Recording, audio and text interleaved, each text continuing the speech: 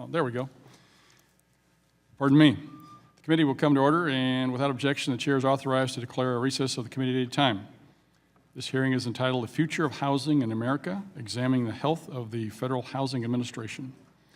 Before we begin, I'd like to thank the witness for appearing today. We look forward to your testimony, Mr. Golding. I recognize myself now for 4 minutes to give an opening statement. The statutory mission of the Federal Housing Administration is admirable. There's a purpose for the agency. Some qualified first-time and low-income individuals and families need assistance securing their first home. But FHA has suffered a case of mission creep, and the unfortunate truth is that the lack of sound underwriting and risk management puts both home buyers and U.S. taxpayers at risk. This committee had a similar conversation last year and the years before that. And while the most recent independent actuarial report showed signs of a modestly healthier agency, the bottom line is that FHA is still in a precarious state. FHA's shaky principles were not born out of the 2008 crisis alone. In fact, since 2000, FHA has hit the target economic value for the MMIF only 3 times. Most recently, it was because the agency experienced a dramatic uptick in the value of its reverse mortgage or HECM portfolio. We should take little comfort in FHA's assertion that a long-awaited positive actuarial report means that all is well and only getting better. With all due respect, we've heard that story for years, and it has never proven to be entirely the case. In 2009, then HUD Secretary Sean Dunneman said FHA would reach the capital requirement in the next 2 to 3 years. In 2011 and in 2012, he said FHA would hit the target by 2015. Today, FHA reports that the target has been hit, just barely, but only because of the upswing in the HECM program.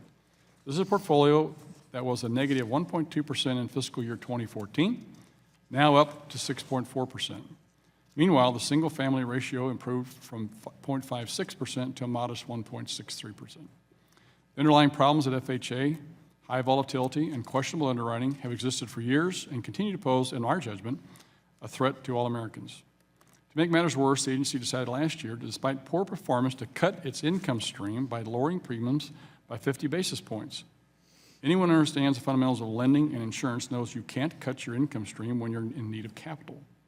The bottom line is that FHA keeps trying to grow itself out of a problem and has, in terms of 2015 actuarial report, backed into a win. We need to continue to focus on common sense reform and creation of a more stable housing market and housing finance system. I look forward to hearing from a witness today. With that, I yield 5 minutes to the distinguished member from Missouri, the ranking member, Mr. Cleaver. Thanks, Mr. Chairman. Today, I think the news about FHA is significantly better than it has been in the past, and we have convened this hearing, I think, at a good time, The Future of Housing in America, examining the health of the Federal Housing Administration. And it was 1 year ago that we held a hearing in this room on FHA, and we now have the opportunity to again examine and conduct oversight into the current state of FHA. Throughout my political career, first as a city councilman, next as a mayor, and now as a member of Congress, and a ranking member of this subcommittee, I have passionately advocated for increasing home ownership. Home ownership does things that I'm not sure most people even realize because it brings the somebodyness out of folk. And I speak experientially. Moving out of public housing, after my father bought a home, all of a sudden, as I have, and I'm always pleased to say, my father started getting the yard of the summer. Get the photograph of the yard in the newspaper. He'd walk out and pick up cigarette butts down the street. The neighbors all know when you walk around Mr. Cleaver's house, you got to be careful. He doesn't even want you to breathe too heavily. He might go out and water the lawn if you do that. So I know what the pride of home ownership does. I've seen it. And like many in this room, I purchased my first home with the help of FHA. And I continue to support the invaluable role that the FHA plays in helping first-time and low-income individuals purchase homes. In fiscal year 15, 82% of FHA purchases were from first-time home buyers. Nearly a third were minority buyers and Hispanic home buyers, accounting for 17.4% of purchases of African Americans, accounting for 10.4%. And it is no secret that there's a wealth gap in our country, a wealth gap that must be fully addressed, and the FHA plays a significant role in promoting home ownership and narrowing this gap.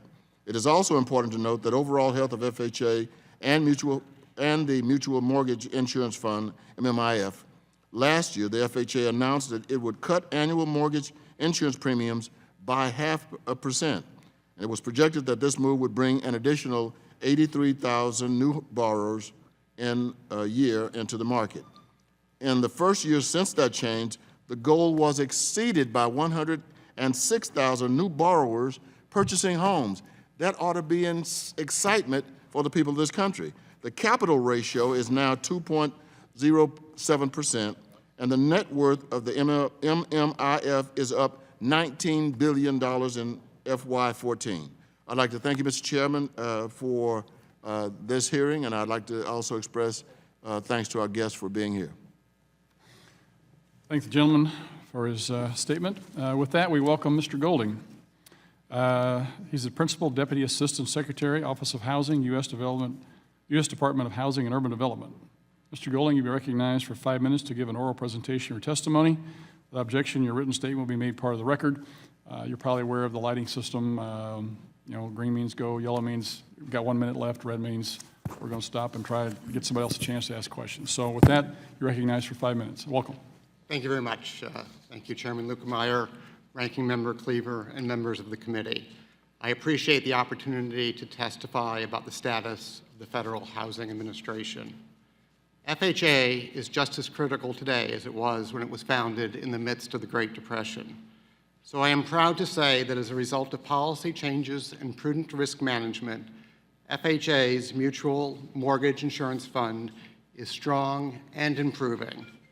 For fiscal year 2015, the independent actuarial report shows FHA rebuilt its capital reserve to the 2% standard and is expected to continue to accrue a reserve this year at a somewhat faster rate than initially projected in 2015. We endorsed more than 1.1 million single-family loans in fiscal year 2015, loans for hardworking, everyday Americans who are able to experience the benefits of homeownership for the first time or refinance into a more affordable mortgage. With an average loan size of $190,000 and an average credit score of 680, we're demonstrating our commitment to expand credit for responsible borrowers and those impacted by the Great Recession. Though strained by the crisis, FHA has been on a strong upward track, gaining $40 billion in value over the last 3 years. Improved underwriting requirements have significantly increased the credit quality of the portfolio over the last few years, including the fund's value and reducing the impact of the crisis years 2007 and 2008. Early payment defaults and serious delinquencies continue to decline to pre-crisis levels, and improved recoveries have added over $3 billion to the fund since 2013. Last January, FHA lowered its annual mortgage insurance premium by 50 basis points. Around 1 million families were able to benefit from an average reduction of $900 in annual premiums. It also resulted in more than 160,000 additional responsible American families with credit scores below 680 becoming first-time homeowners over the last 12 months. This adjustment was an important step in continuing to help underserved borrowers, and it did not harm FHA's ability to build a capital reserve. I am proud to oversee FHA at a time when we're making such important strides. However, I also embrace the need for continuous improvement in risk management across all of our programs. Of particular interest to me is our Home Equity Conversion Mortgage, or HECM program, due to the challenges involved in projecting future values. The ability to age in place is critical for seniors and their families, especially as that segment of our population continues to grow. And FHA HECM program makes this possible for many seniors. FHA has made a number of changes to make the program more sustainable so we can manage the risk to the fund while better meeting the needs of today's seniors. Changes include requiring financial assessment to ensure sustainability and reducing the amount of equity seniors can take out up front. I do want to thank the committee for the help they provided with the Reverse Mortgage Stabilization Act in 2013, which made many of these changes possible. The HECM portfolio's value now stands at $6 billion and is projected to continue to improve in fiscal year 2016. Looking ahead, FHA is committed to pursuing positive improvements across all our programs, changes that support our role as a partner in opportunity for the American people. FHA is eager to work with Congress and this committee to better understand the benefits and risks of all our programs and ensure that FHA can continue to support housing as it has for the past 82 years. Thank you, and I look forward to your comments and to your questions. Thank you, Mr. Golding. Appreciate you being here this morning. And with that, I recognize myself for 5 minutes and begin the questioning. In January 2011, the administration issued a report, Reforming Americans' Housing Finance Market, a report to Congress. And in that report, these are 3 statements that were made. FHA has also implemented important changes and reforms over the last 2 years, including strengthening underwriting standards, improving processes and operations, and raising premiums to improve its financial condition. Second statement, as Fannie and Freddie presence in the market shrinks, the administration will coordinate program changes at FHA to ensure that the private market, not FHA, picks up that new market share. And the third statement, as we begin to pursue increased pricing for guarantees at Freddie and Fannie, we will also increase the price of FHA mortgage insurance. If we look at that statement and we look at the last year's actions to date, it is a dramatic 180 degrees difference. We are lowering premiums instead of raising them. You look at the private market share, FHA's market share is now at 40%, private market share is at 35% according to figures that I have, and a lot of the growth is basically probably as a result of the lowered premiums. How does that square your actions in the last 12 months with this statement made in that report in 2011? Thank you for your question. Times have changed considerably since 2011. The simplest measure of our market share in 2010, we were about 30% of the purchase market by loan count. We have reduced that. That has been reduced to about 17.8% last year.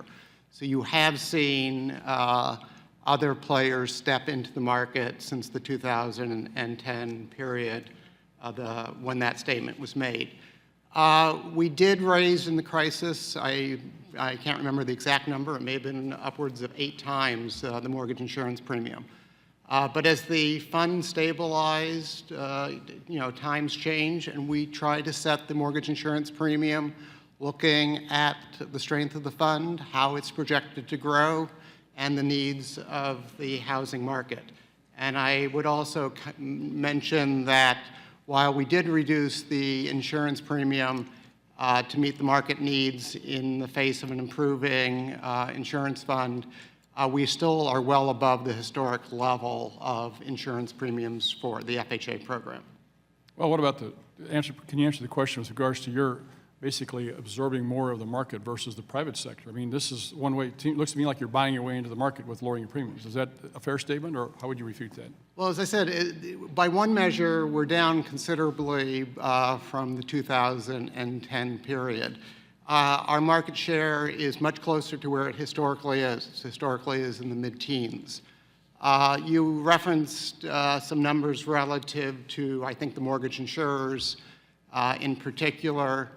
I've read a few of their investor reports. I think their estimates of the effect of the MIP reduction on their business was less than 5%. Okay, I got a couple more questions real quickly.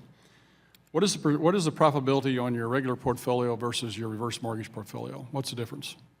I didn't hear the question. What is the difference in profitability between your, in other words, your loss ratio between your regular homeowner's portfolio and your reverse mortgage portfolio? The easiest number that I have in my head. And do that prior to 14. Last year, 15, you've got all these new mortgages on the books, which are going to, it's going to, skew your figure. If you you remember what it was prior to that, like at the end of 14?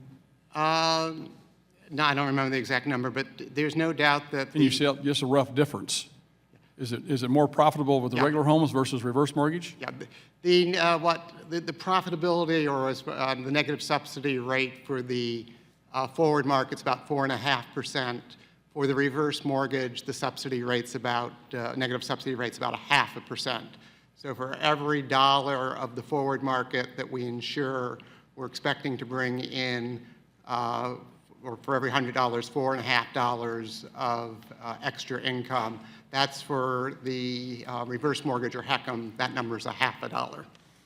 So your profitability, your portfolio has increased significantly with reverse mortgage, which is your less profitable and more risky part of the business, for the gains that you've had with regards to the lowering of the guarantee fees and absorbing part of the market. Is that a fair statement?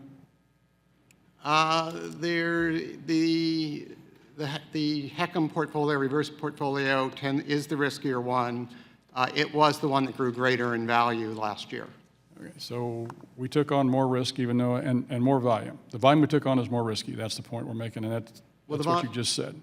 The volume of HECMs is actually, because of many of the risk management improvements, is down significantly to about 60,000. Okay, my time is up. Thank you, Mr. Golding. With that, we'll go to the ranking member, the distinguished gentleman from the other distinguished gentleman from Missouri, Mr. Cleaver, for 5 minutes. Thank you, Mr. Chairman.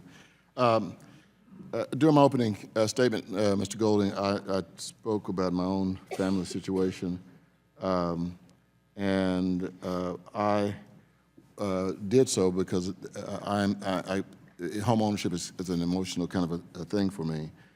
So I was somewhat disturbed when the Urban Institute reported that tight credit standards had prevented over 5.2 million mortgages between 2009 and 14. Do you have any ideas on what we can do now to expand the access of home ownership with those kind of staggering figures? What can we do? Thank you for the question. Obviously, home ownership is important. My father also had his first house financed by an FHA mortgage, having been returning as a World War II veteran, U.S. Army Air Corps. And I do remember that first house when I was age 4. So it is important. We are striving to fill that.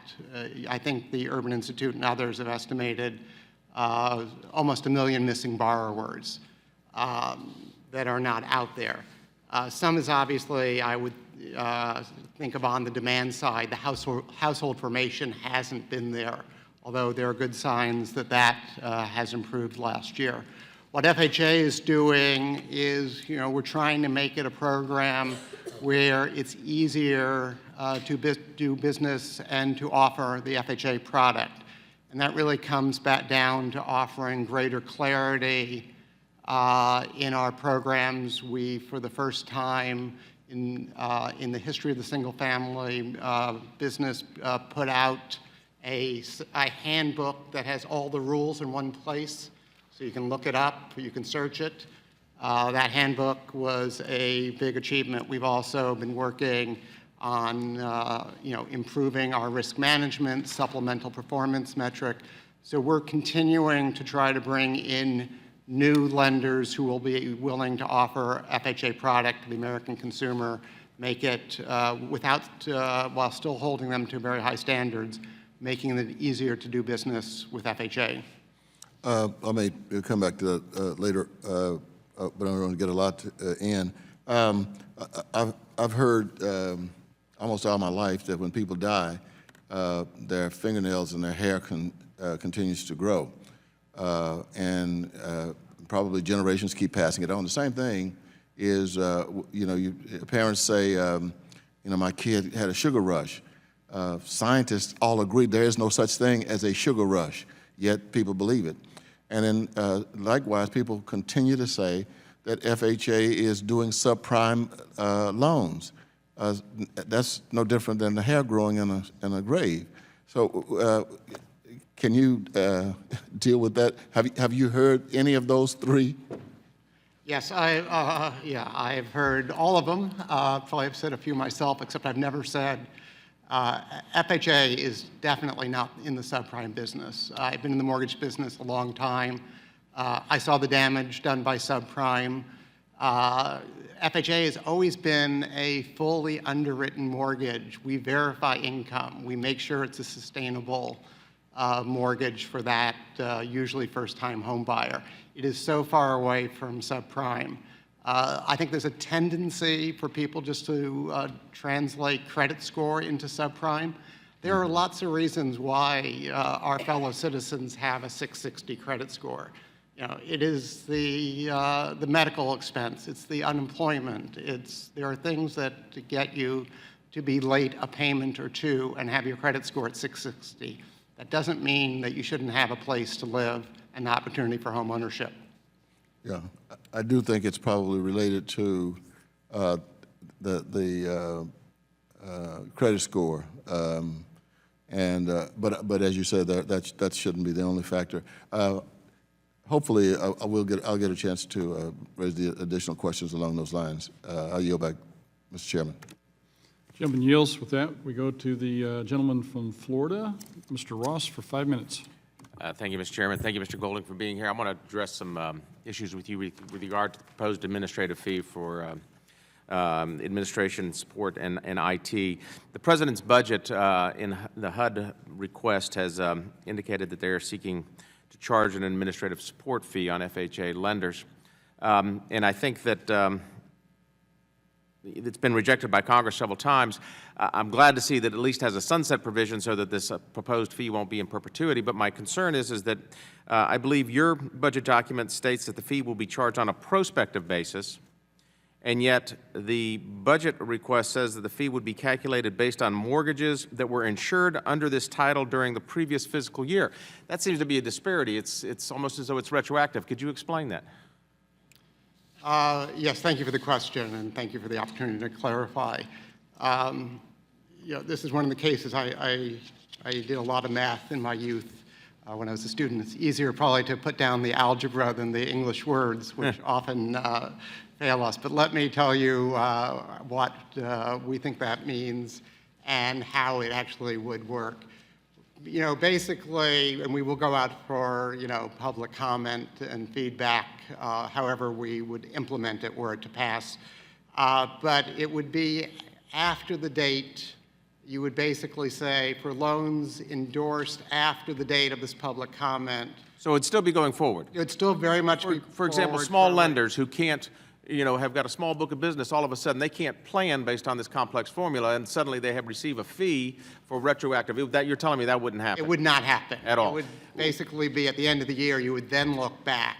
Okay, so it's not as how it. But they would have to anticipate that fee in writing that mortgage. Well, they would basically, the comment would already say this is the rate. So it would be a simple multiplication of. Would it not be easier just to do as we have been, we put in the chairman's bill for the USDA, just do a nominal fee to right at the time of lending? There could, we were giving some flexibility on the amount of the fee, but that would be another alternative. Okay, and on the amount of the fee, I understand that there's been a request. I think that you indicate that you may need about $30 million, but the language for the proposed fee says that fee could be as much as 4 basis points. And in light of $200 billion in business next year, that 4 basis points could equal $80 million. Why would you need that much when it's, I mean, it looks like you don't need that many basis points to assess. If volumes were projected still to be to 200 billion, you would need closer to the 2 basis points, not the 4 Right. basis points, correct? But I guess my concern is keeping you within your requested amount of 30 million as opposed to the potential of 80 million. That, what would you do with the additional funds raised? Well, as I think it was written, any additional funds would not go to FHA. As the proposal was written. Let me talk to you But volumes do vary, so it depends on the origination volumes. Let me talk to you real quickly about risk share transactions. I mean, congratulations on being at 2% for your capital requirements. We'd love to get you to, the minimum industry standard of 25-to-1 in capital requirements. But I think that in order to do this appropriately, to transition to what I believe is sufficient capacity in the private markets, you've got to be able to do some risk share transactions. What efforts have been made by the FHA to enter into risk sharing transactions where each one takes a certain portion, either front end, back end, or however it's structured? Yeah. We have done risk sharing on the multifamily side. On the single family side, we've had very preliminary discussions. This is, with risk sharing, it is one where it is very dependent on being able to change your systems, tracking things, and one of the advantages of having additional resources. But there aren't any programs available yet. No programs Do you available. anticipate any anytime soon, meaning within the next year? No, I do not. Do you think it's an idea that ought to be continue to be pursued, or are you suggesting that maybe there should be no risk sharing? There can be lots of value for risk sharing. There are many things that the private sector can help the FHA program. As I said, multifamily has piloted some of it, and I think has demonstrated that it can be very valuable. Finally, with regard to FICO scores, and Mr. Cleaver was talking about this, look, I have to suggest that I think everybody should have the opportunity for home ownership as a matter of right, no, as a matter of opportunity, yes, to earn, absolutely. But the low FICO scores where a private lender would never lend, and yet FHA is not that indicative of a higher risk. Yes, it is a higher risk, but it's an insurable risk. By us. Pardon? Insurable by us, by taxpayers. Well, private sector will do unsecured lending But not to the level that the FHA is approving. But in terms of lending and housing, typically this has been FHA's role. Thank you. I yield back. Gentleman yields back. Time's expired. With that, we go to the gentleman from Texas, Mr. Green, recognized for 5 minutes. Thank you, Mr. Chairman. I thank the ranking member as well, and I thank the witness for appearing today. A word about FHA, 80 years of service, and I might add outstanding service.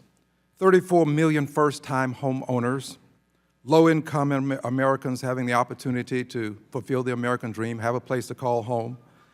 And FHA was in the business of lending when banks would not lend to each other. When we hit the crisis in 2008, that moved over into 9 and other years, banks refused to lend money to each other. That's how frozen the market was. But FHA was still in business. That counter-cyclical function has served this country well, and we ought to salute FHA for the outstanding job that it has done. I do so. Your capital ratio is currently above 2%. If it were below 2%, this hearing would be about that. But it's above 2%. Thank God for you and what you do. Now, you put a lot of emphasis on in your statement on first-time home buyers. I'm going to read a little bit here. You indicate that by making sure borrowers, particularly first-time home buyers, have access to affordable credit to purchase homes. And further in your statement, you indicate that over the course of your 81-year history, FHA has funded approximately 13% of total market mortgage originations, but more than 50% of all first-time home buyer market purchase mortgages. That's on page 3 of your statement. I'm focusing on this because I believe that there are people who pay light bill, gas bill, water bill, phone bill, cable bill, people who have other credit, but they have what are called thin files. And they are currently making rent payments for some years that would exceed what a mortgage would be. If given the opportunity, they would have a monthly payment for housing that would be less than what their current payment is for rent. They have sound credit, but they don't have a fat file. It is my opinion that we should look at light bill, gas bill, water bill, phone bill. Don't look at it in such a way as to only add to your score, but also cause your score to depreciate if it's negative. But we should look at this, and we should do so in an automated fashion. It's my opinion that if we should do this, we will accord other persons the opportunity to own a home that can pay the mortgage. I'm interested in talking to you about this very briefly with my 1 minute and 47 seconds left. Tell me, dear friend, do we find that this circumstance actually exists first, where there are people who can afford a mortgage, thin files, not fat files, and they are paying rent that exceeds the mortgage payment?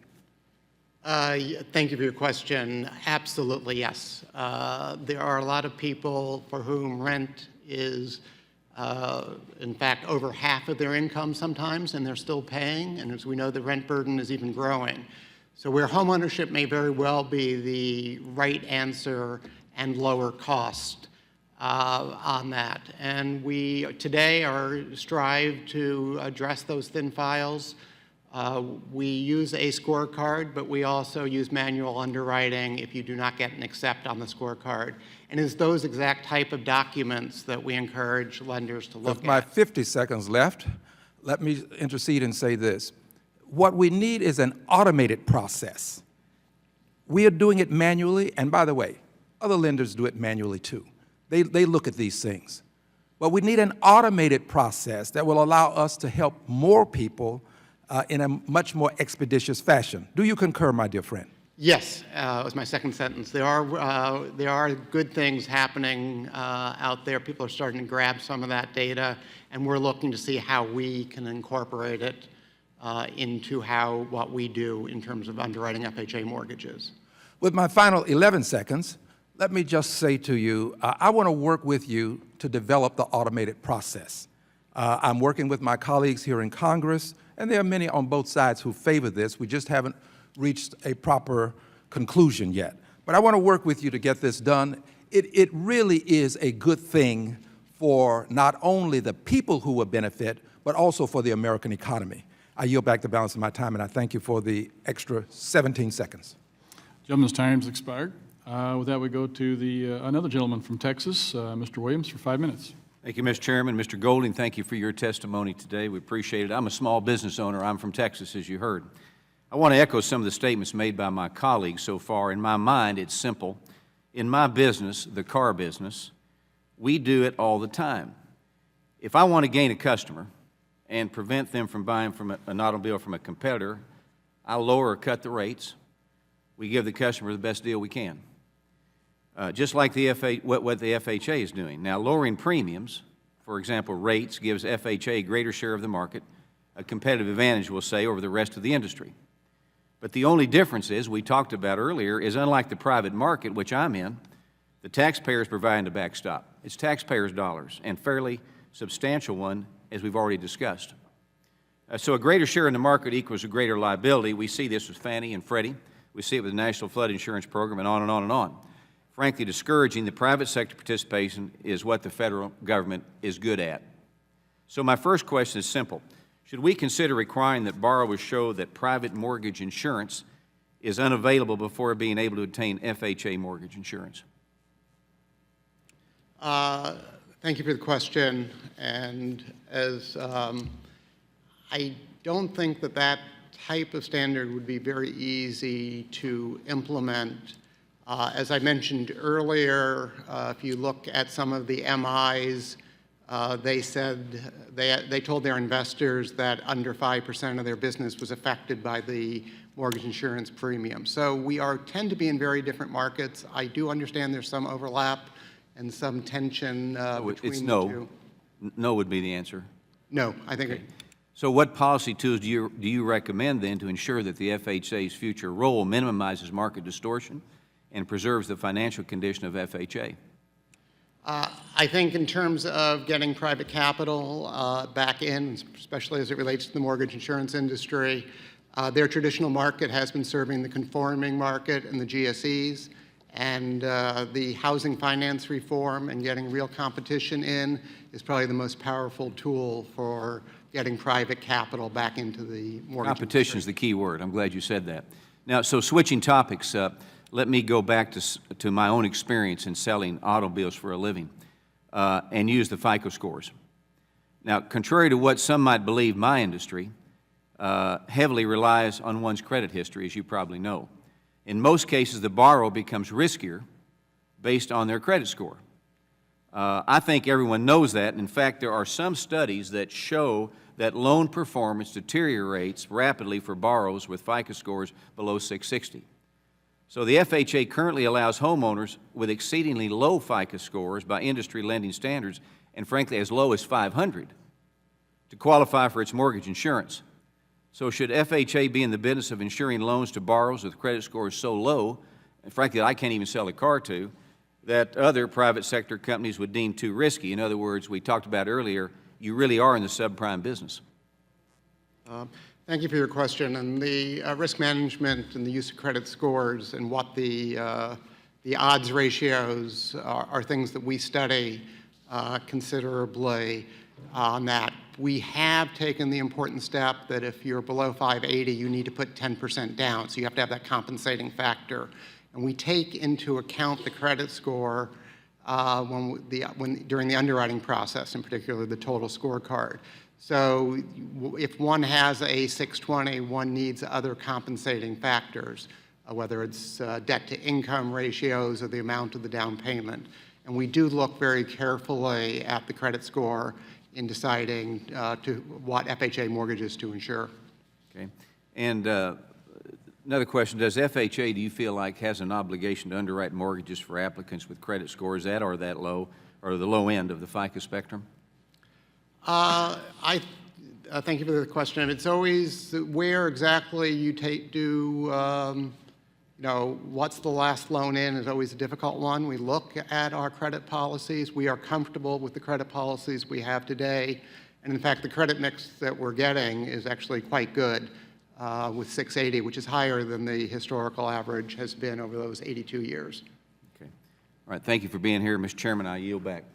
Gentleman yields back the balance of his time and go to the gentlelady from Ohio, Ms. Beatty, recognized for 5 minutes. Thank you, Mr. Chairman, and thank you to our ranking member. And also, I would like to thank our witness, Mr. Golding, today. Mr. Golding, I'd like to start today by asking about the Distressed Asset Stabilization Program. I have an article from the New York Times, September 2015, Mr. Chairman, which I would like to ask unanimous consent to be entered into the record. Without objection.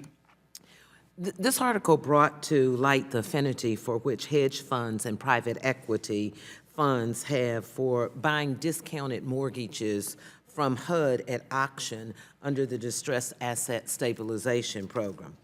Many folks have expressed concern that these firms are too quick to push homes into foreclosure once they acquire the mortgage, and seem to be really less helpful than banks in negotiating loan modification. This article specifically mentions a couple from my district in Gahanna, Ohio. Their mortgage loan was sold at auction last summer by HUD, but prior to the auction, J.P. Morgan Chase was working with this couple on a loan modification. But after the sale of their mortgage to Caliber, a private equity firm, loan modification talks were abruptly ended, and the couple were met with foreclosure notice. In fact, the Consumer Financial Protection Bureau has recently had over 1,000 complaints from consumers about Caliber alone, which has brought some 20,000 has bought some 20,000 mortgages from HUD. That same company is, as I understand it, is currently under investigation for its foreclosure practices by the New York Attorney General. And I could go on and on, you get the gist of this. My question is, how can we get more nonprofit organizations whose mission is neighborhood stabilization to be more competitive in these auctions? Thank you for your question. It's one that's very important because I've always been a believer that the way to mitigate loss is to do loss mitigation. And foreclosure, REO, and then trying to sell the property is in some sense, should be a last resort, although unfortunately is one that we too often have seen. So we do struggle to make sure that there's loss mit. We put loans into these pools that have largely exhausted attempts by the original servicer to do the loss mitigation. And as you point out, we do we have both neighborhood stabilization options where we have minimum outcomes, and we do a lot of smaller pools. Half of the last auction went to the NSO option. And we have been working with different nonprofits with small pools, targeted pools, to try to get more nonprofits in. We've done a lot of outreach. I have to say it is a difficult one for many nonprofits. They are good and traditionally in dealing with actual houses and properties. Servicing loans is new to many of them and it is very difficult, but I pledge to work hard to try to continue to do more and look forward to working with you on this. Thank you very much. Mr. Chairman, I yield back my time. Lady yields back. With that, we go to the gentleman from Pennsylvania, Mr. Rothfuss, for 5 minutes. Thank you, Mr. Chairman. Thank you, Mr. Golding, for being here today. You're currently the Principal Deputy Assistant Secretary for the Office of Housing. What was your position at HUD, and during what specific dates did you hold that position? I joined HUD in June of 2013, first as Senior Advisor, and then I became Principal Deputy Assistant Secretary April of 2015. Your biography on the HUD website says that, quote, that you worked with the Department of Justice to craft consumer relief as part of mortgage settlements with the large lending institutions, close quote. These are the residential mortgage-backed securities, or RMBS, settlements with J.P. Morgan Chase in November 2013 and Citibank and Bank of America in July and August 2014? I provided technical expertise, and I think those were the ones I was involved in, but I would have to, go back and check my records. You said technical expertise. What was your specific role in the negotiations? It was how to, structure the consumer relief in order to bring sort of the greatest benefit. There were different parts of the settlements the Justice Department entered into where specific actions, in effect, expanded servicing on some of the loans, loss mitigation, addressing blight, and it was that technical expertise. Was your involvement directed by anyone specifically? Again, I was sharing my technical expertise, so. Who directed you to do it? The secretary? Anybody at DOJ? I don't remember how I came upon that task. I can, again, check my records. Did you negotiate directly with any of the banks yourself? I was in the room during negotiations, but as I said, I did not view my role as a negotiator, but rather as to provide technical expertise in the area of consumer relief. Did you ever do that without anybody from DOJ being present? No, I don't remember ever being in a meeting without DOJ there. Did you ever work directly with any of the heads of the banks when working on your technical expertise? On these matters, I would be with the with DOJ. I've had, just in my role of FHA and my knowledge of the mortgage industry and at conferences, I have. This is when you were a senior advisor on housing. But not on these issues related to the settlements. Did Would you have ever, been with DOJ. did you ever meet with Jamie Dimon at J.P. Morgan Chase with respect to these settlements? I've never met Jamie Dimon to the best of my recollection. As part of the settlements, the banks are directed to make payments to third-party groups who are not part of the settlements and were not directly harmed by the conduct of the banks, such as HUD-approved housing organizations and attorney state bar organizations. The settlements require that the banks pay $150 million to these organizations. Who came up with the idea of directing money to third-party groups? Did you? Again, I do not remember a particular, it's been a few years here. I do not remember how that was put on the table. Did you speak to any of the organizations that are named as recipients of the funds in the RMBS settlements during or after the negotiations process?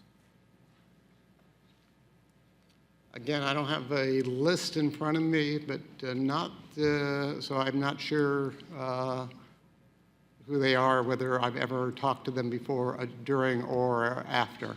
So you don't recall ever having any conversations with anybody at La Raza, the National Urban League, NeighborWorks America about any of these settlements? I don't remember having conversations with those parties about the settlements. Is it possible you had conversations with them? Well, I may have had conversations about the mortgage market with them. I would not have had conversations about the settlement with them. Who besides you would have been involved with negotiating in any part of the RMBS settlements? Anybody at HUD? Who besides yourself? I would have to, Office of General Counsel was with me, I think, in all those meetings. The settlements require the banks pay a certain fixed amount. Under the settlement, a dollar sent to the Treasury, as is the case with most law enforcement penalties, counts as $1 towards the total. But in these settlements, a dollar sent to a third-party group counts for more than $1 towards the total. Do you know who came up with that plan? I don't know who came up with specific elements. Did you come up with that plan? As I said, I was there to provide technical expertise on that, so I would not have been the one who came up or formulated these. Yield back. Gentleman's time has expired. With that, we go to the gentleman from Michigan. Mr. Kildee is recognized for 5 minutes. Thank you, Mr. Chairman. And Mr. Golding, thank you for being here. Two areas I'd like to pursue. One has to do with the issue of disposition of REO owned by HUD, and then I'd like to specifically ask a couple questions about my hometown of Flint, Michigan. On the issue of REO, can you, in rough form, you don't have to have specific numbers, but what is the current inventory held by the department? I'm going to get you that number. I think we dispose, I know the run rate. I think we dispose of something like 5,000 properties a month. And those dispositions, are they through bulk dispositions? How are those executed? I guess maybe just give you a general question. Is there preference given to public land bank authorities or neighborhood-based nonprofit organizations over the private for-profit speculator market?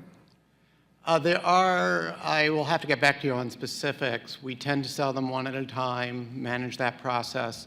There are certain preferences, first look types for certain groups, and I'll have to get back to you on the details of that program. Okay, I would appreciate that. I just so that you know, I have some concerns about, not so much about bulk disposition specifically, but bulk disposition that doesn't have the impact considered on the externalities considered when it comes to neighborhoods, especially those that are already struggling.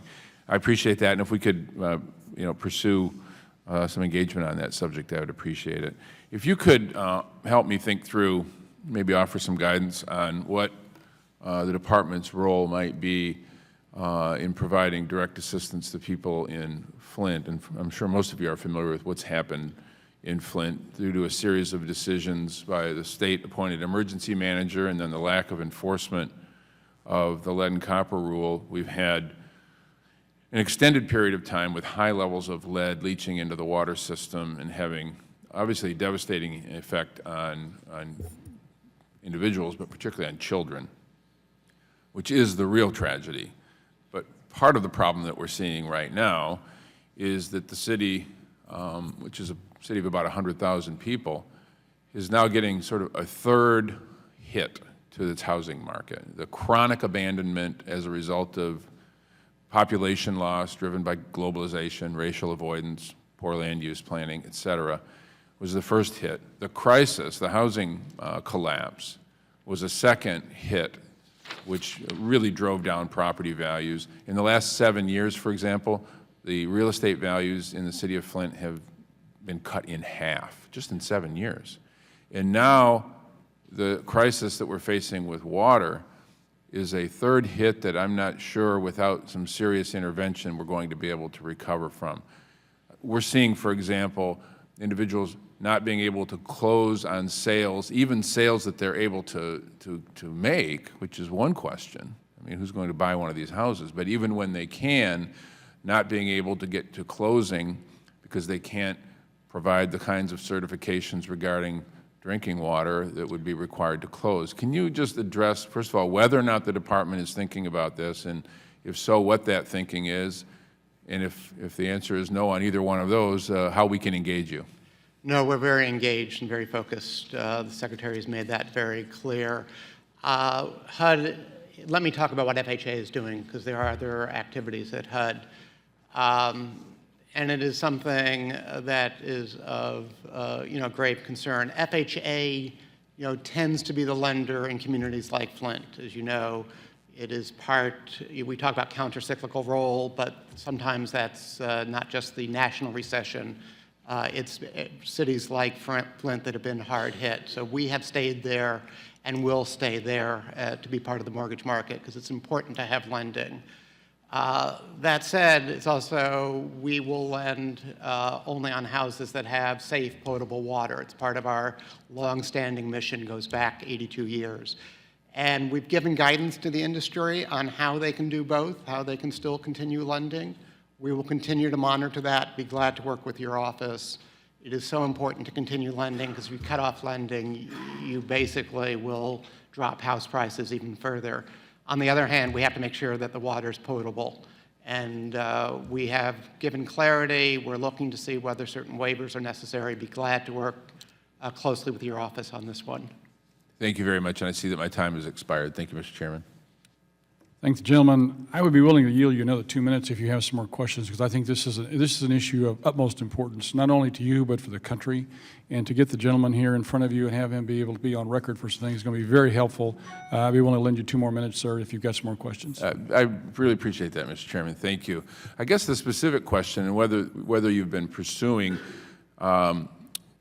any direct relief. One of the things we're seeing right now, for example, in Flint, a lot of folks aren't paying their water bill, which often is an attachment to the tax bill, which can lead to delinquent taxes and even a potential tax foreclosure action. And again, when we see properties that may have a booked value of somewhere, even on the tax rolls, it's going to have a state taxable value assigned to it. But we know how markets work. A property is only worth, or any commodity is only worth what somebody is willing to pay for it. And so I'm concerned about whether or not this problem will double down in Flint by folks essentially not paying their water bill, not paying their property taxes, walking away from property.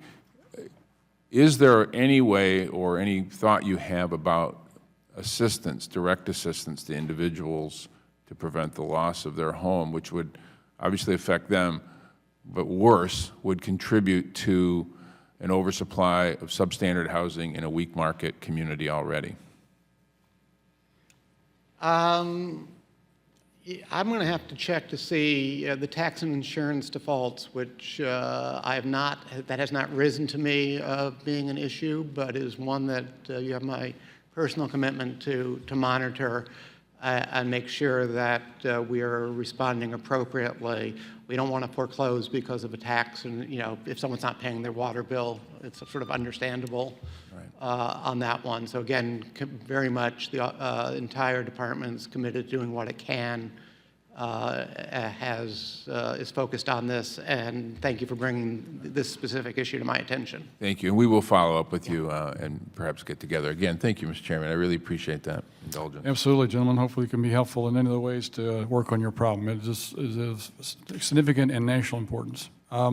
With that, the gentleman yields back. With that, we go to the gentleman from New Mexico, Mr. Pierce, for 5 minutes. Thank you, Mr. Chairman. Thank you, Mr. Golding, for being here.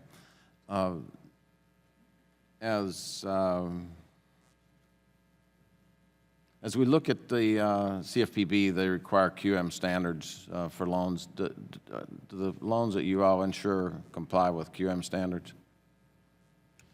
Yes, we have the statute All? provided for a specific HUD FHA QM standard, but we do, All of them do? yeah. Now note that you have the capacity to include mortgages up to $625,000. What percent of your portfolio would be houses above $200,000, say? The average is 190, so or the median, so half are above 190,000. Our loan limits in most counties in this country are $271,000. It's only a few very high-cost areas that go up to the 625. And so when I read your opening statement, you say that you're providing underserved borrowers, so people buying $270,000 houses are underserved? As I said, the highest in most communities, in most counties in this country are 271. The average is 190,000. And okay, we'll use 191,000. Are those people underserved? Well, typically, we do serve a market that the private sector is not serving. These are... Okay, but if your average is there, you got a lot above that. And so my question is, the people who are above 191,000, pulling your average up to that, are they underserved? Well, they are not being served by the conforming market. The GSE's average FICO score is, I think, around 750, 760. So we are playing in a very different market than the conventional or private sector is playing in. Just helped. I mean, the average income in my district is maybe 31,000. 50% of the houses are manufactured housing. It's hard for me to sit here and believe that these people are underserved that you're telling me. And so I find maybe that all of the portfolio increases is you creating an artificial market in order to improve the balance sheet and improve what you report to us in order to delay and defer questions. And our questions are to keep people paying who are making $31,000 a year in my district from paying from the people who are making enough to borrow a $600,000 house and the government's insuring it. That's what the rub is about. Do you think that we're in a recovery market here? Yeah, I mean, the president said in his State of the Union, we've recovered and we've recovered a long time ago. It's now looking really good. Have we recovered? The housing market is recovering and has recovered. We now are seeing housing starts, construction. How long has that recovery been going on? Well, I don't remember the exact year where housing started to increase, probably around 2009, 10. 9, 10. So in your opening statement, you say you're a counter-cyclical force. So in the period that you say that we've been recovering, counter-cyclical means when the market is not recovering that you get in, and when it's recovering, you should be diminishing out because the private market is there. And so you say that the recovery started about 2009, but that's during the period when you're skyrocketing in your portfolio. Do you find that to be not consistent with your statements, not consistent with your stated objectives as an institution? Thank you for the question. The exact numbers of what it means to be countercyclical, and the lag structure is sometimes difficult to measure. But as I said, we in 2000. Well, then why do you come and talk to us about it? If it's difficult to measure, why are you saying that in your opening statement, in your opening paragraph? You lead with that. Why don't you put it at the end where nobody's going to read down there? So if it's difficult to assess. So Mr. Williams said basically you're in a subprime business. And you said a comment that we study the odds. What does that mean that we study the odds? The odds ratio of defaults is So you think that the people who rate 500 in the private system of measuring are being unfairly evaluated, and that you all have an evaluation system that's better than 500, and you're going to go ahead and lend that money down there because these are insurable risks, I think is what you said. Is that correct? That the private market is undervaluing the capability of people with these scores to make their payments back? Private market traditionally will not serve that market, correct? For a variety of reasons, but that's not So where- what you're telling me is that your agency is willing to put my constituents at risk, who are making their lives work on $31,000 a year. You're willing to put them at risk to help somebody who bought a $600,000 house with a 500 credit score, because you've got a system of measuring that's in the private market's inaccurate and yours is accurate. So I have trouble believing. I appreciate the yield back. Gentleman's time's expired. We got to the gentleman from Minnesota, Mr. Ellison. He's recognized for 5 minutes. Thank you, Mr. Chairman. Thanks to the ranking member as well. Mr. Golding, thanks for joining us today. I have a chart I'd like to direct your attention to, if we can get that up. My first question, Mr. Golding, is this. First of all, thanks for the good news you shared. It's clear that FHA is in good financial health. FHA Mortgages Insurance Fund continues to grow stronger. That's a good thing. And we appreciate your team's effort to reduce risk, improve recoveries, and lower premiums. In my community in Minnesota and around the nation, FHA remains a critical source of sustainable credit for American families. So here's what I'd like to ask you. This chart I have up here shows that nationwide we have a rental housing crisis. Current estimates are that nearly 12 million low-income people pay more than half their income for rent. And according to Harvard Joint Center for Housing Studies report, 1 in 2 households spend more than 30% of their gross income on rent and utilities. 1 in 4 households pay more than 50% of their gross income for rent and utilities. And in my district, we have more than 10,000 low-income families on a waiting list for assisted housing. Could you talk to us about what the FHA is doing to help us address the dire rental housing crisis for low-income families? And what more could the FHA do? Thank you for the question. And if you add in utilities, the number goes to over 11 million, paying over half. So we are, as you point out, definitely in a rental crisis. On that, FHA and HUD in general, but FHA specifically, is on its multifamily program. We support construction through of new properties. We, in fact, recently reduced for affordable properties.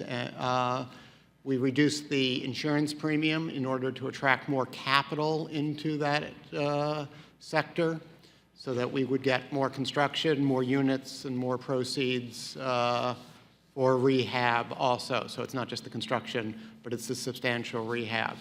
And our multifamily program is continuing to focus on that area. As you know, our rental assistance demonstration program is also putting more capital. We're nearing the $2 billion and about 35,000 units preserved in terms of affordable housing. But with those numbers up there, we clearly are only chipping away at what is a huge problem. Thank you very much. Let me ask you now about manufactured housing finance. We've discussed finance for manufactured home buyers many times in this committee. A year ago, Consumer Financial Protection Bureau published a report noting that manufactured home buyers have more expensive loans. It noted that 2 of 3 manufacturing homeowners eligible for mortgage finance with more expensive personal property loans instead. On the screen is a CFPB chart on FHA requirements for manufactured home loans. Can you briefly explain the types of financing FHA provides to manufactured home buyers? Yeah, we do have both Title I and Title II loans for manufactured housing. Title II requires that it be real property, and Title I will also be for property that's chattel. We do try to provide financing through both of those FHA programs. You know, the CFPB report said that the FHA guaranteed loans constituted about 1/5 of the manufacturing housing loans for home purchases in 2012.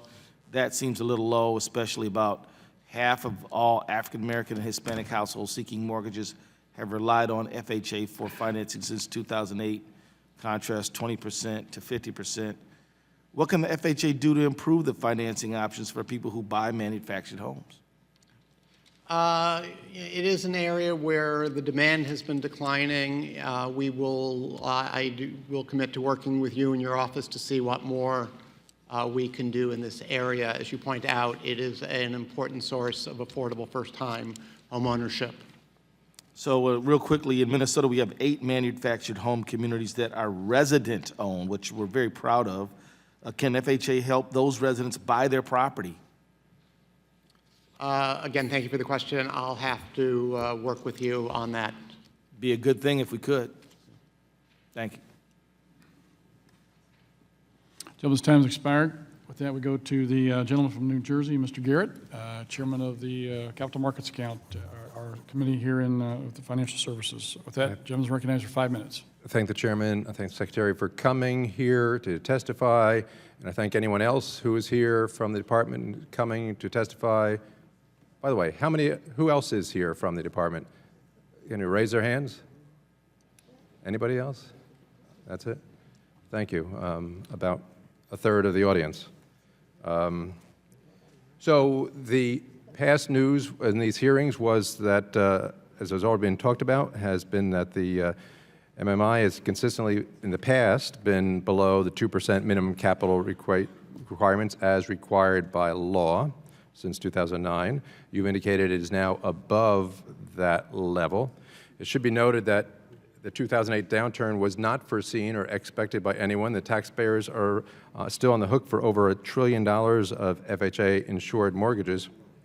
But here's the difference, Secretary. Unlike other financial entities subject to Dodd-Frank and the Federal Reserve requirements, FHA's 2% minimum capital ratio has not been increased ever, right? It's still 2%, and it was 2%. I know in previous hearings on this matter, Mark Zanni recommends an increase of the minimum capital to 4.5%. Why did he say that? To withstand the effects of another financial crisis, which all the experts tell us there will be another financial crisis. So, quick question, do you believe that FHA is strong enough to withhold and withstand another great recession at its level right now, or do you believe, as other testimony has given us, that we should increase it to something above 2%? Thank you for your question. If a Great Recession were to start tomorrow, I don't believe that we would be able to sustain a positive capital reserve ratio. So what is the level that it should be increased, do you think? I actually think that the 2% standard is a good standard. You just said that it was not strong enough to meet the next recession, so what would be one that would be able to withstand it?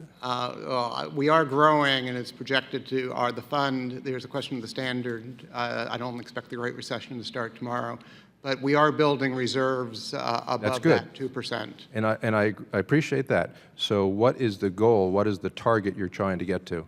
We have, again, no specific target. We have a statutory 2% standard. Right. So what should the target, since you have just testified that the 2% level is not strong enough for the next recession, wouldn't it be incumbent upon us, either you or Congress, to set a standard that is your target? Maybe you can't get there tomorrow or next week or next month or by the end of the year, but shouldn't either you or us set that target now?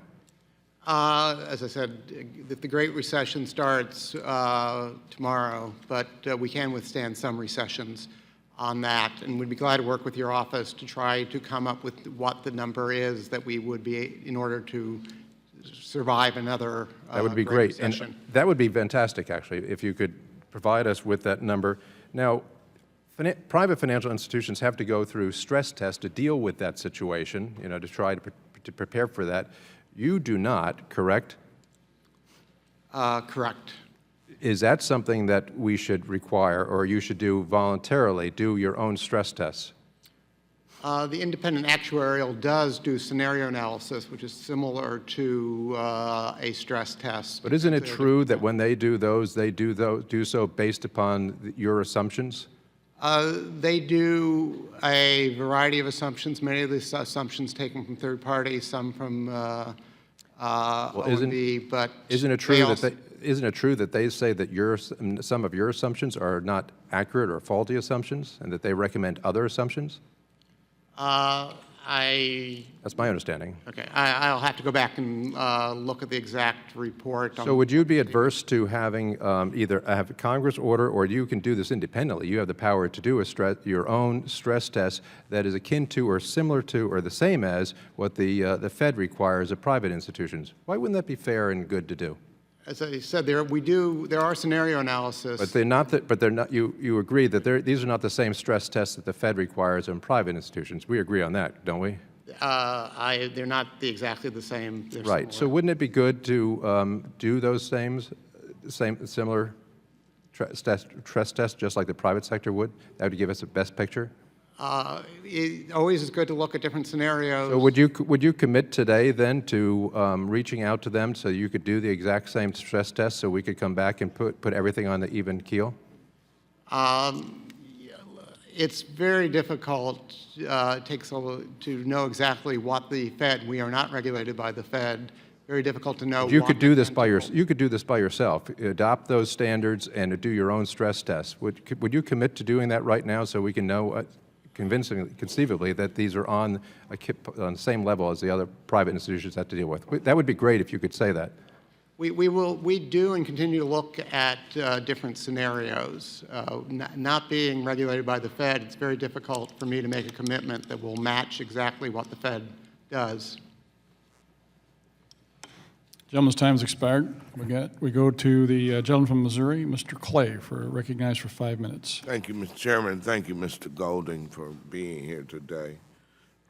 It has been over a year since the FHA made the decision to reduce annual premiums for new borrowers by 0.5%, despite Republican criticisms that the MMIF was not strong enough to handle this change. What can you tell us now about the impact of the premium reduction and the validity of Republican criticisms against the decision? Thank you for the question. The concern when you do, we had clearly reduced the premium in order to lower the cost of housing and for new first-time home buyers. And as my written testimony points out, we actually exceeded our expectations. We had expected 75,000 new first-time home buyers. The data suggests it's over 106,000. So we have had, the benefit side, we clearly did better than expected. On the cost side, you're cutting your per loan revenue, but you also are increasing volume. And there I turned to the independent actuary, which basically estimated how those two balanced out. And the understandable concern was the lost revenue would be greater than the expanded value. The independent actuary showed those were basically a wash. So the cost was actually lower than expected. So greater benefits than expected, lower costs than expected. And under what conditions might the FHA consider decreasing premiums further? Again, when in general, when one looks at what the appropriate premium is, What you do is you look at the strength of the fund, you look at what track is on, what are the projections, and then you also look at the market conditions in the housing market. How healthy is it? Are people getting the credit they need? Is housing affordable? Is HUD considering changing the requirement that borrowers pay premiums for the life of the loan? Again, I'm not considering, a change in that. I view the life of the loan, a lot of our defaults occur much longer after origination than people expect. This is true of all mortgages. And so the losses are fairly long-lived. And I also will point out, the GSEs do not, their guarantee fee is also for the life of the loan. So I'm actually not considering changes to the life of the loan policy. How would you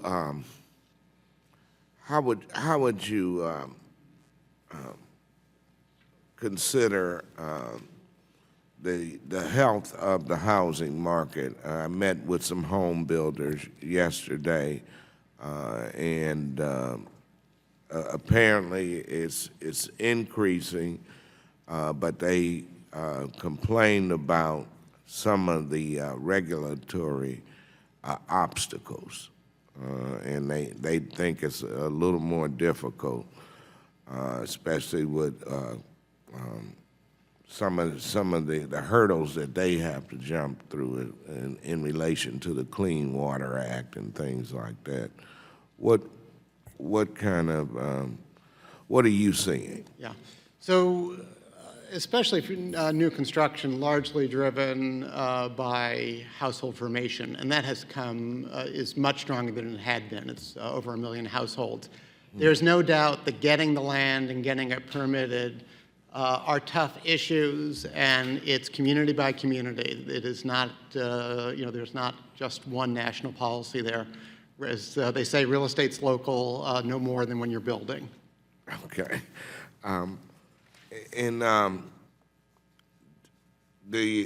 Despite the premium reduction announced in January of last year, the FHA premiums remain high by historical standards. Many have pushed for an even larger reduction.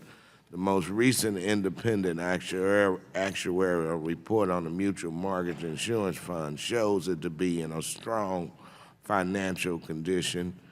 And is HUD now considering further premium reductions or other steps?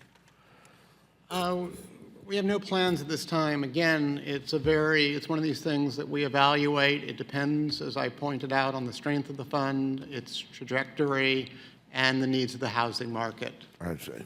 Thank you very much for your answers, and I yield back. Gentleman yields back. With that, we go to the gentleman from California, Mr. Royce. He's recognized for 5 minutes. Thank you very much, Mr. Chairman, and Mr. Golding. Thanks for being with us this morning. The GSEs, under the direction of the FHFA, have engaged in innovative methods of offloading risk to shield the American taxpayers currently holding the bag for Fannie and Freddie losses. And I've been encouraged by the progress that the GSEs have made in this regard, although I think a lot more could be done. Risk sharing with the private sector is a way to slowly but quite surely remove the federal government's grip on the housing market and introduce private capital in a way that lets us better price risk and avoid a calamity. So it's my belief that the FHA has the authority to do risk share transactions, or at least co-insurance to reduce the risk. And we had a conversation with Secretary Castro here, and he told me we can find ways to introduce more private capital into the market.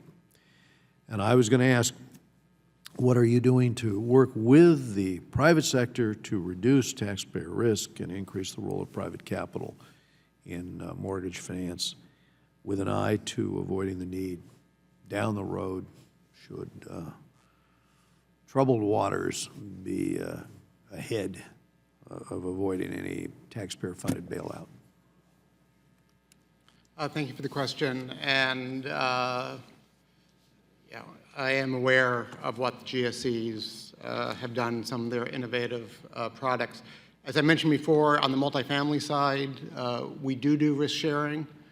I'd also mention that there is a lot of private capital, in the FHA market in terms of the origination, the servicing, and actually the funding of the mortgages. As it relates, to credit risk, it is a difficult one on the single-family side for FHA to share credit risk. As I'm sure the GSEs will tell you, there's a lot of systems work involved in setting up these programs. I know many of the individuals over there working on it. So it's very difficult. The other thing I'd point out is you're also giving up significant income. So while you're shedding some of the downside, you are also shedding considerable revenue when you do a risk-sharing transaction. The question I'll ask you about, and I saw Mr. Garrett had inquired about your target capital ratio. And I remember a conversation I had with Mark Zandi after he finished his book, and in particular, we were talking about the GSEs, and for FHA, the issue of a target capital ratio of 2%. I know you're looking at this. He felt that 4.5% was the proper capital ratio, at least 4.5. And so, since I know you're looking at analyzing where you go on that target, I would just suggest that I think with an eye toward experience, that would be a wise objective, and I just wanted to get your feedback on that. I've been looking at capital ratios for most of my career in the mortgage market. Tough question of exactly what the right level is. We'll point out we've had the 2% target has served us well. That while we came through the Great Recession, there was a mandatory appropriation. I think FHA came through, as all the mortgage of all the major participants in the mortgage market that I know of, FHA came through this crisis better than any of them did. So I do think that we have, the wherewithal. Again, these numbers, the way this 2% works, it's a projection of whether we're going to run out of cash in year 27. It's not an immediate, cash need. We have lots of cash at hand. But be glad to continue the discussion of what a different target might be. Thank you, Mr. Golding. I'll yield back, Mr. Chairman. Gentleman yields back. With that, we go to the gentlelady from California, Ms. Waters, who is the ranking member of the full committee. She's recognized for 5 minutes. Thank you very much, Mr. Chairman and members. I'm very pleased that we're here today, and the committee has invited you, Mr. Golden, to speak with us because it does give us an opportunity to highlight the very positive results that were included in the most recent independent actuarial report on the health of the Mutual Mortgage Insurance Fund. The report showed that the fund has now reached and exceeded the capital ratio requirement and now stands at 2.07%. The economic net worth of the fund is now at $23.8 billion, which is up $19 billion from the previous year. The report also shows that delinquency rates and foreclosure starts decreased substantially. Exactly 1 year ago, this committee held an oversight hearing on the FHA, for which Secretary Castro came to testify. At that hearing, the Republicans criticized the Secretary for his decision to decrease premiums, saying that the decision was irresponsible and that the fund was not strong enough to handle a premium decrease. But here we are 1 year later, and the fund has reached and exceeded the capital ratio earlier than expected, and it is in strong financial shape. Moreover, the premium reduction is helping thousands more borrowers access affordable home ownership. So thank you very much for your work and for Mr. Castro's leadership on this issue. I have a few issues that I'd like to bring to your attention. Let me just ask about reverse mortgage program. We had some interaction with HUD particularly about the spouses of deceased individuals who were the mortgage holders, and an inability for them to stay in their homes, et cetera, et cetera. I understand that a lot of work has been done on this issue and that you're continuing to work on this. But I'm concerned about the reverse mortgage program in general. I see a lot of advertising that continues to go on, a lot of lack of information that seniors don't have, a lot information that they don't have. And so what's the future of this reverse mortgage program? What are you doing? And do you think that we need to either talk about how we wind this down, or can it be fixed in a way that seniors understand it and that they are fairly compensated while they're alive, and that they don't end up basically losing property that's valued much higher than what they've gotten out of it? I mean, what do you think about this? Thank you for the question. Reverse mortgage it's a real tough question, and I struggle with it too. Thanks to this committee, we've made important changes in this program, and what's being originated now, I generally think are good for allowing seniors to age in place. There's a very important role for counseling so that individuals know what they're getting, and quite frankly, we encourage families and heirs and non-borrowing spouses to be part of that counseling. So I think the program now is on a steady keel. Its volumes are way down as a result, but it is one that needs to be monitored closely, and look forward to working with the committee and with your office as we learn more about the program. We're going to be paying very close attention to it and trying to address some of the concerns that we have identified. Let me just move on. Since HUD announced its multifamily transformation initiative, I've been active in opposing this dramatic consolidation of HUD's multifamily field offices throughout the country. This plan seems to ignore the importance of local offices, and I'm concerned that it will adversely affect the delivery of services by reducing staff's ability to effectively respond to local concerns. That is why I successfully introduced an amendment to the funding year 2015 HUD funding bill to ensure that HUD is not requiring the consolidation of asset management staff. However, I'm very disappointed that HUD is circumventing the intent of this legislation and to keep asset management in every field office by failing to backfill these positions. Some offices are already completely vacant because HUD has not replaced asset management staff in those locations, and I've also heard from affected HUD staff that HUD is penalizing asset management staff who are not choosing to relocate by sending the message that there will be no opportunities for career advancement rules. They voluntarily relocate to a HUD office. Is this true? Our current plans have been to, when vacancies were to occur, now it's a fairly new program, so I'll have to get to you on the number of vacancies, but our current plan has been to fill those at one of either the hub or the satellite offices. So is there any intimidation going on with employees because you would like to, or you're trying to circumvent what I successfully had passed? Let me look into that. We don't tolerate intimidation, so please, I'll work with your office on that one. Thank you very much. I yield back. Gentlelady's time's expired. With that, we'll go to the gentleman from Kentucky, distinguished member, Mr. Barr. You're recognized for 5 minutes. Thank you, Mr. Chairman. Thanks for holding this hearing, Mr. Golding. Thanks for your testimony and your service.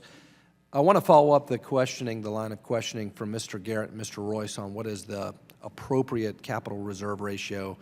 I think we're all happy to see the positive development of exceeding the 2% target. But we continue to be concerned that that target may be inadequate. The Government Accountability Office found that the statutory target of 2% is insufficient to ensure the stability of the FHA in the event of another crisis. I think Mr. Royce mentioned economists like Mr. Zandi, who said that we need a capital ratio of at least 4.5%. And then, of course, just the history of a $1.7 billion mandatory appropriation suggests that a 2% capital ratio requirement may not be adequate in a stress scenario. So given those realities, and given the decision by the FHA to reduce the mortgage insurance premiums, what was the decision-making process in making that decision to reduce premiums, and are you in any way concerned that that may deteriorate a more realistic target where we need to go? I appreciate the question, and it's an important one because the strength of the fund, is very important, and one that I too am, have always been concerned on. The track is strong. We raised, I don't remember the exact number, but I think we raised the mortgage insurance premium about 8 times. So the last one was a step back as market conditions had changed and the like, where we thought it was important to get it at a level that, promoted affordability. And as I said, the actuary, it has showed that it didn't really have an effect on the trajectory of how fast we're growing. In fact, they're now projecting that we're going to grow faster than they did last year before the cut. I appreciate the goal and the mission of affordability, but according to the National Association of Insurance Commissioners, their model act on mortgage insurance, any mortgage insurance company that has outstanding total liability greater than 25 times its capital is required to cease operations until it rebuilds capital. Obviously, the FHA is competing and supplanting PMI. Its capital requirements arguably should be at least similar to private markets, but the FHA baseline is 50 to 1, meaning that it's operating with only 2 cents on hand for every dollar of risk, which is half the minimum amount required by state regulators. So given that, what should be the proper balance in market share between FHA and private mortgage insurance, and where is it now? In terms of, as I said, in terms of insurance, and these are our rough numbers, but for very high LTV, basically above 80 LTV, where the MIs play, where we play, the rough breakdown is basically 40% MI, 40% FHA, and about 20% VA is where it is. So 40, 40, 20? Roughly. Okay. It bounces around, but that's my rule of thumb. Do you all look at the substitution effect that you all are having when you lower premiums, when you have a lower capital requirements versus the private sector? Do you all actually look at the displacement that your policies create? And don't we want to invite more private mortgage insurance? 40% seems like a low number. Look, we look at it. I read what the MI said. One of them told their investors that the MIP reduction had less than a 5% effect on their business. So I am definitely, aware of the fact that there is overlap. But if you step back, we really do operate in largely different markets. But in a high income and their core market. Well, but you're in the high income areas, you're talking about loans of $625,000. So that's a pretty high. Where I come from, and I know that that's a high income place or standard, but where I come from, a $625,000 mortgage, that's a very significant amount of debt. But in any event, my time has expired. I would just encourage FHA to continue to look at displacing private mortgage insurance. We want to make sure risk is on the private sector, not on the taxpayer. Yield back. Gentleman yields back. And with that, we are finished with our witnesses. And I want to thank Mr. Golding for being here today. I've just got a few closing comments. I still have concerns, and through your testimony today, sir, I appreciate some of your remarks, and I'm glad to see your capital has improved. I think that's fantastic. But if you take the report, as I initially started my discussion with in 2011, you are diametrically opposed with the way you're operating today compared to what that report was trying to give you the guidelines in the future. And so you were talking about raising premiums, now you're lowering premiums. You're talking about trying to shift stuff to the private market. And through many of our members' questions and what have you today, that is not happening. So your comment a while ago was with regards to all the underwriting you did. The chart on the screen right now shows that for 10 years there, underwriting went downhill, or your profits went downhill, or negative, in fact, as a result of the underwriting practice that you were using. In 2009, you switched and got back on a sound basis, and now you've actually made money, which is fantastic. The problem and the concern that I have, though, is that you testified a minute ago, whenever I was discussing with you, with regards to the reverse mortgages. You're taking on higher loan levels with more risk and doing it with less income associated with that risk. That is a recipe for disaster. And so hopefully there isn't a downturn. Hopefully we can work our way out of this. But I think it's incumbent on us as a committee to continue to watch what goes on here very carefully, because I think you are treading on some very thin ice with the way that you are running the department, especially with getting into the reverse mortgage market with less income to protect it. So with that, we certainly want to again thank you for your participation today. Without objection, all members will have 5 legislative days with which to submit additional written questions for the witness to the chair, which will be forwarded to the witness for their response. I ask our witness to please respond as promptly as you can. Without objection, all members will have 5 legislative days within which to submit extraneous materials to the chair for inclusion in the record. And with that, this hearing is adjourned.